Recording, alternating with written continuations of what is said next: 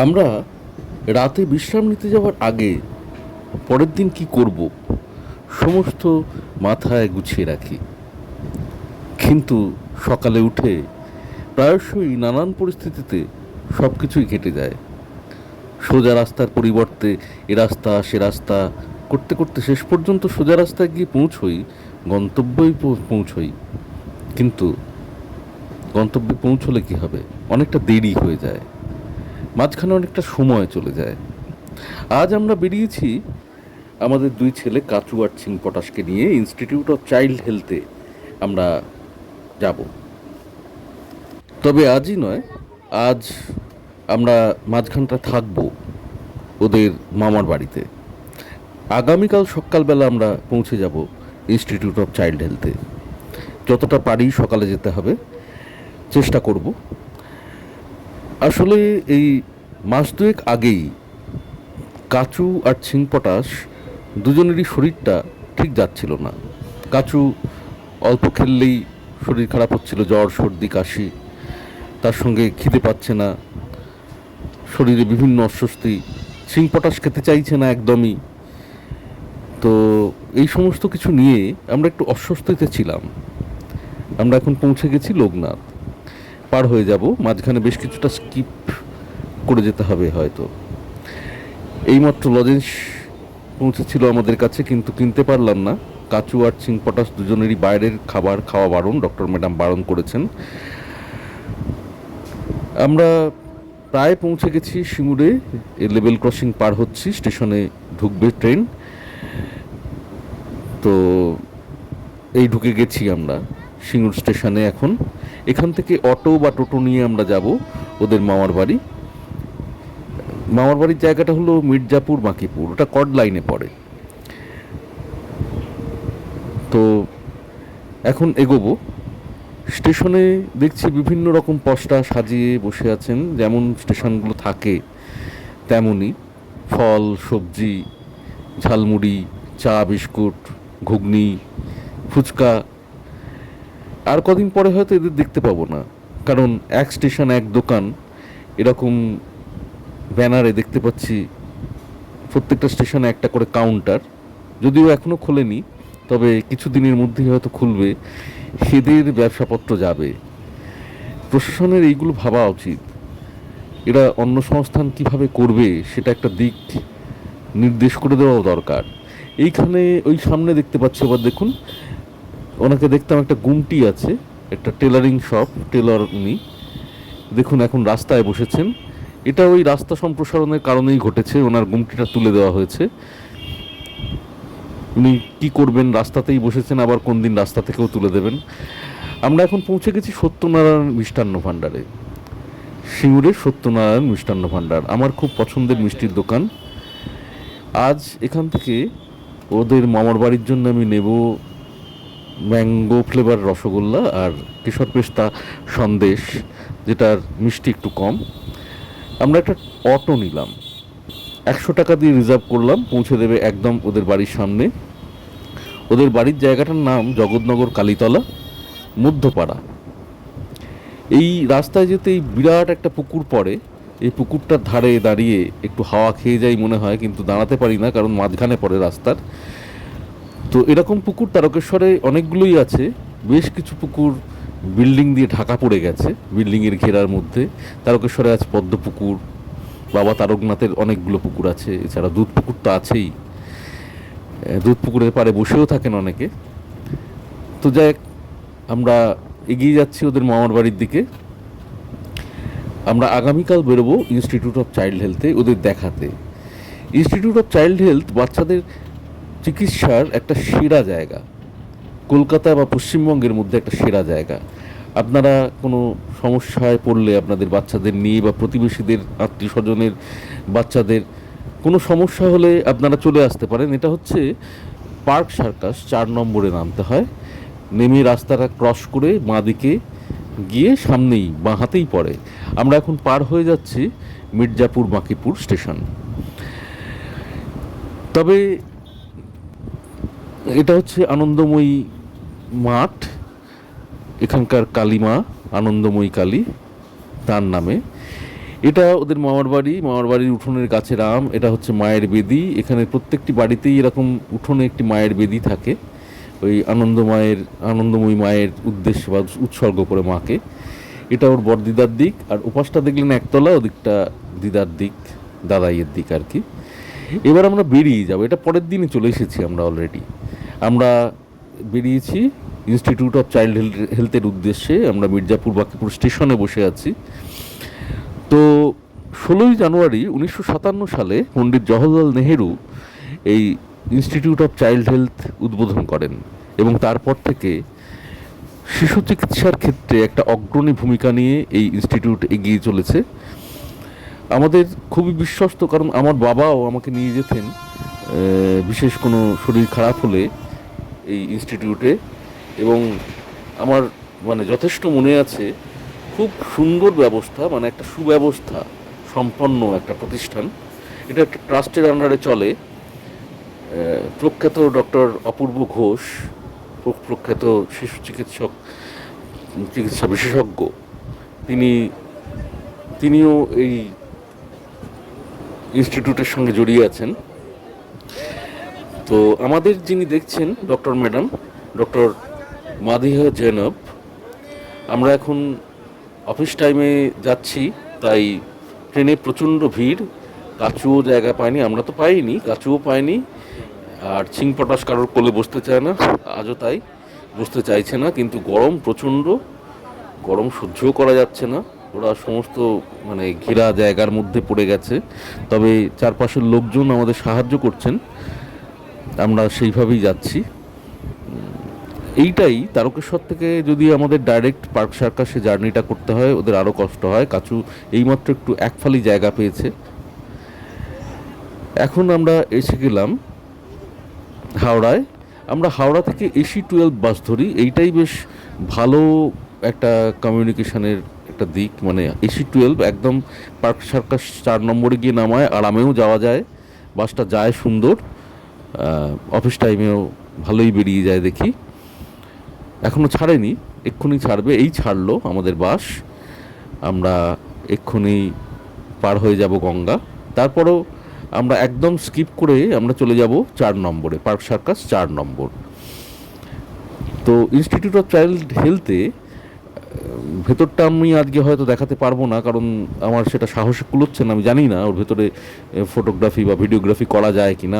আমি আজকে খবর নিয়ে আগামী দিনে যদি করা যায়, তাহলে আগামী দিনে আমি এসে আপনাদের দেখাবো। তবে এই সংক্রান্ত কোনো ভিডিও বা ব্লগ থাকলে আপনারা হয়তো আগেও দেখে থাকতে পারেন, এবং পুরোটাই হয়তো আগে জেনে থাকতে পারেন। তাও আমি একবার মনে করিয়ে দিলাম এই ইনস্টিটিউট সম্পর্কে। এবং এখানে যতটা সকাল সকাল আসা যায় ততই ভালো। হ্যাঁ, মানে সমস্ত রকম বাচ্চাদের সমস্ত রকম বিভাগের চিকিৎসক আছেন। আমরা নেমে পড়েছি 4 নম্বরে, এবং অত্যাধুনিক যন্ত্রপাতি এই ইনস্টিটিউটে আছে। ফলে মানে খুব নিশ্চিন্তে এখানে বাচ্চাকে নিয়ে চিকিৎসা করাতে আসা যেতে পারে, আসা যায়। আপনাদেরও সেই কথাই জানাই, বারবার একই কথা বলছি।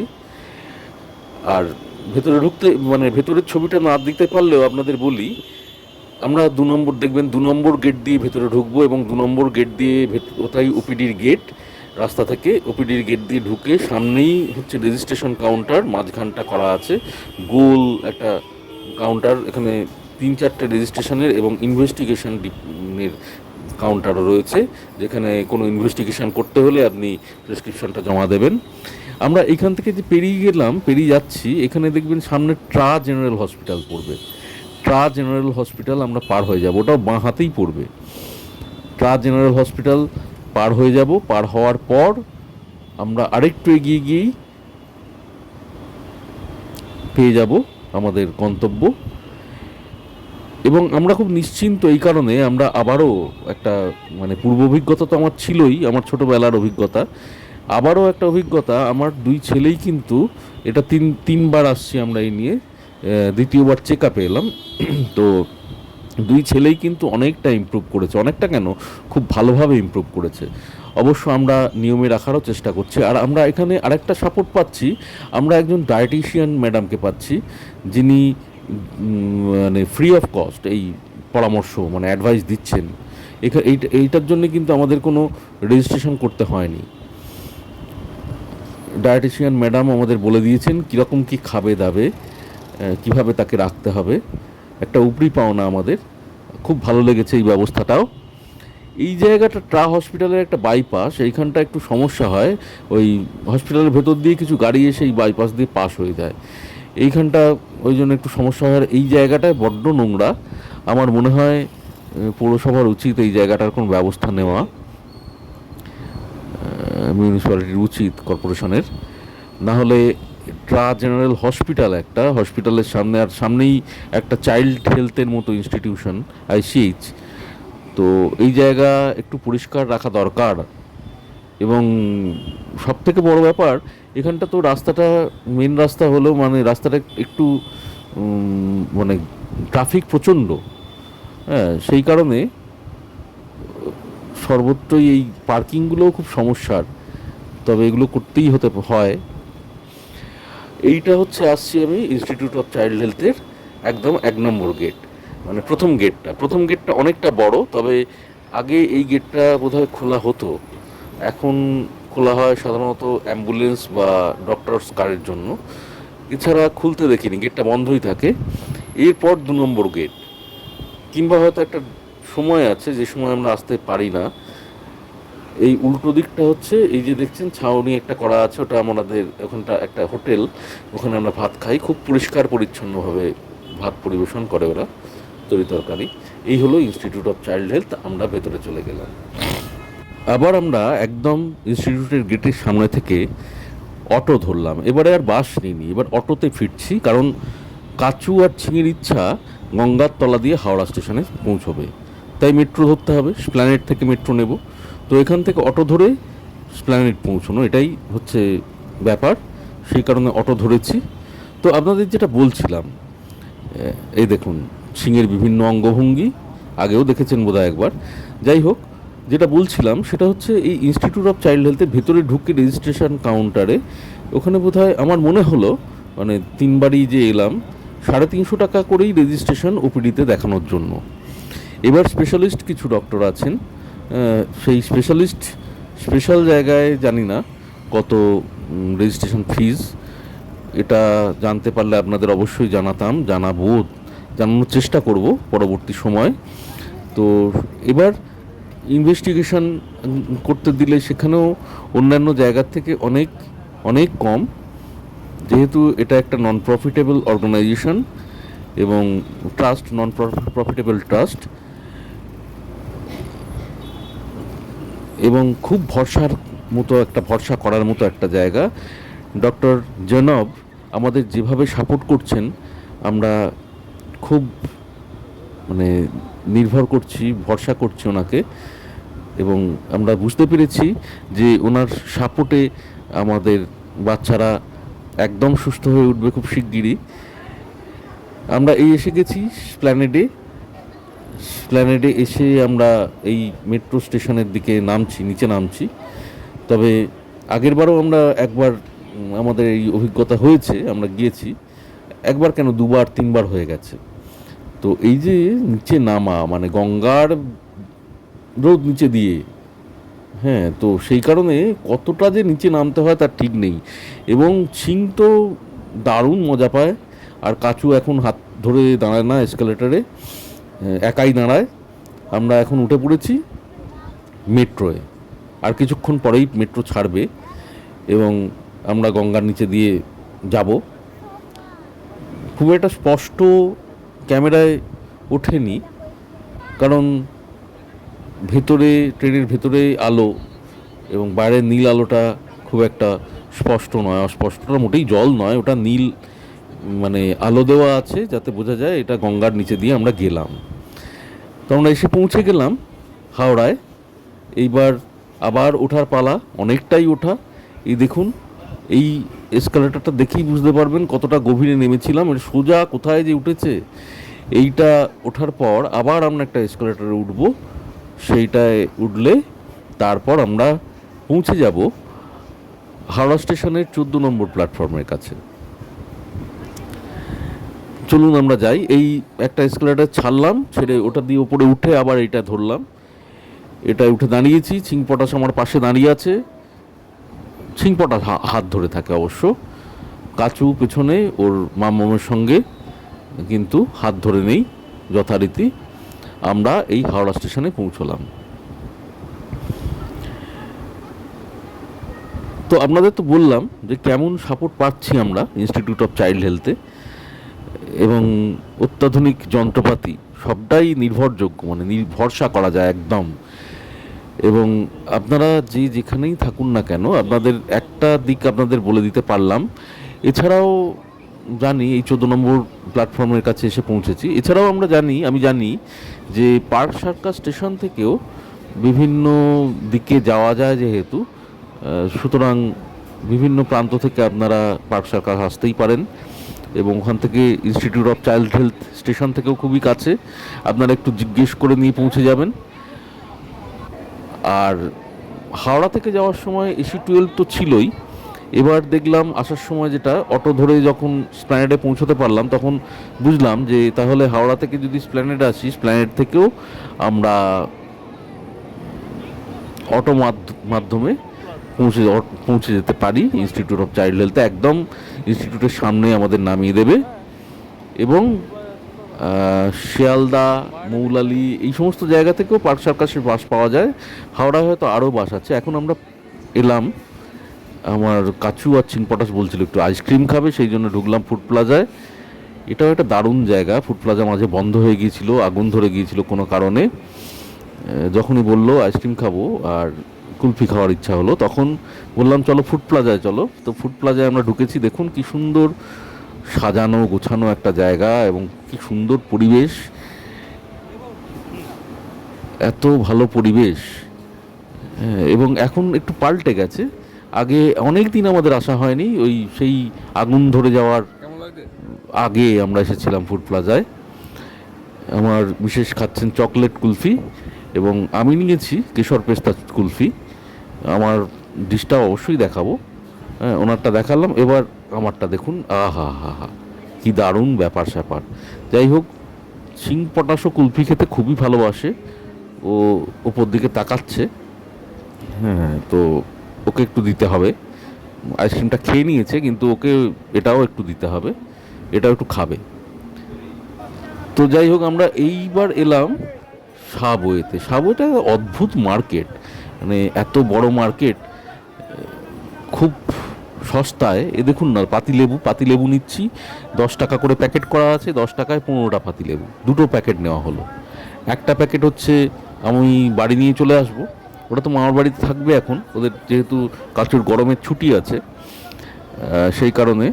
আর ওখানে মা আনন্দময়ীর বার আছে, সেই বারের মেলা আছে, মানে আগামী মঙ্গলবার, আমরা এসেছি তো শুক্রবারে। তো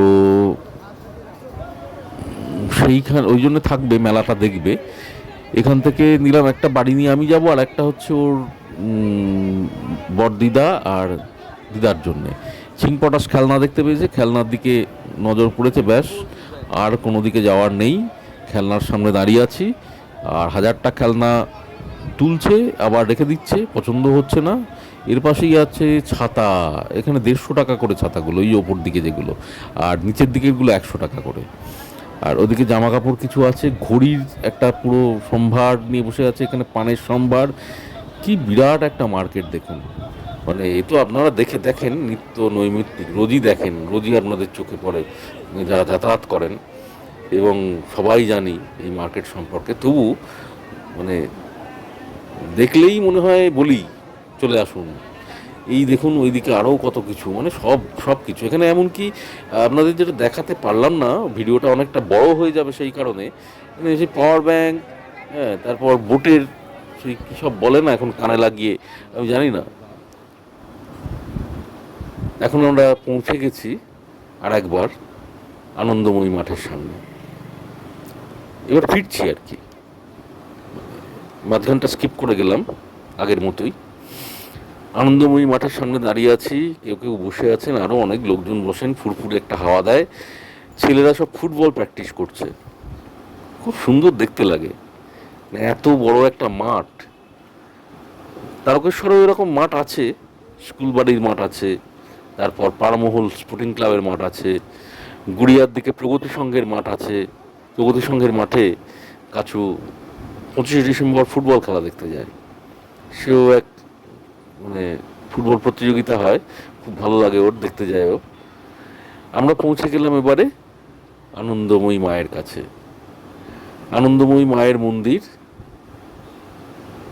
এই হলো জগৎনগর, এই কালীতলা, মা কালী, আনন্দময়ী, মা আনন্দময়ী, নবরত্ন মন্দির, দক্ষিণেশ্বরের মন্দিরের ধাঁচের করা।